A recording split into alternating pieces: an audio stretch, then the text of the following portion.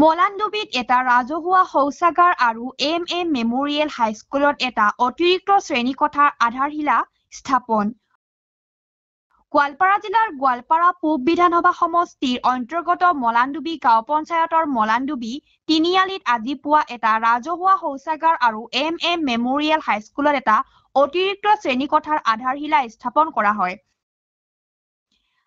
আধাৰশিলা স্থাপন কৰি বিধায়ক AK ৰছিদ আলমে তেওঁক সংগ দিয়ে দুধনৈ সমষ্টিৰ বিধায়ক যাদৱ স্বৰ্গীয়াৰী আৰু পাইকান উন্নয়ন খণ্ডৰ খণ্ড উন্নয়ন বিষয়াগৰাকীয়ে।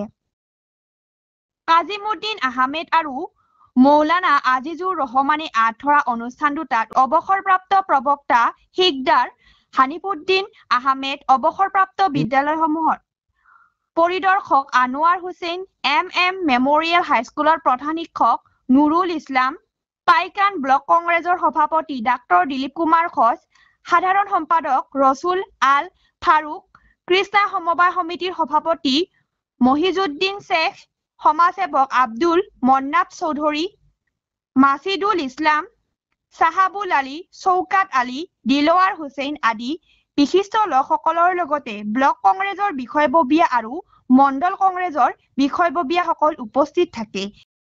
এই সন্দৰ্ভত আমাৰ এক প্ৰতিবেদন।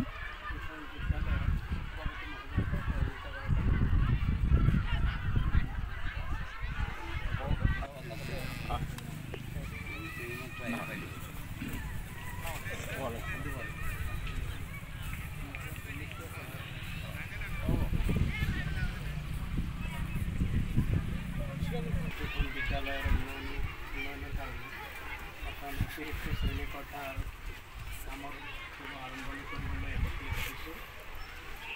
কাৰণ ডাঙৰীয়াক অনুৰোধ জনাম, লগতে আমাৰ এখন বিদ্যালয়ৰ সভাপতি মহোদয়ক সহযোগিতা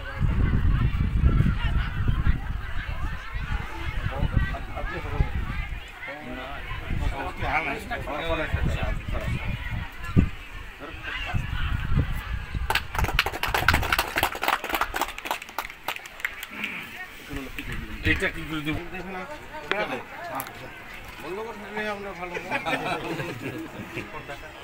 আগে শুকুর ভাই হোক ভালো পর্দাটা টানি দিলেন পর্দাটা নাম দেখা না উল্টে দিলেন হ্যাঁ